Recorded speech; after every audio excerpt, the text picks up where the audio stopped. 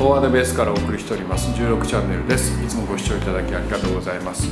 今回の AJS カスタムの第1弾として、前回はノーマルのハンドル、一応セパレートハンドルですけど、それから AJS の純正オプションになってますセパレートハンドルに交換しまして、ハンドル位置を下げました。かなり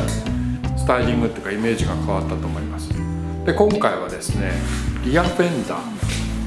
ヨーロッパっぽくていいのはいいんですけど、こうグッと垂れ下がってるのがね、ここのフェンダーを短くしていきたいと思います。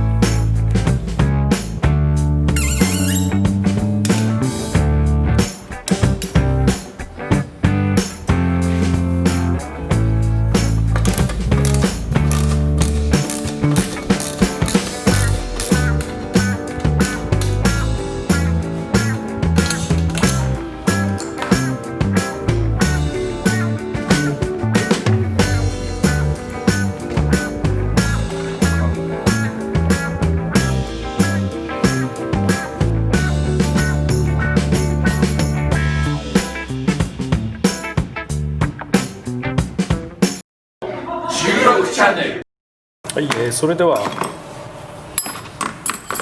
テールランプをこいつに変えようと思います。で、リアフェンダーはやっぱりないとまずいので、でもちょっと長すぎるのでこのラインで切りたいと思います。かな、手書き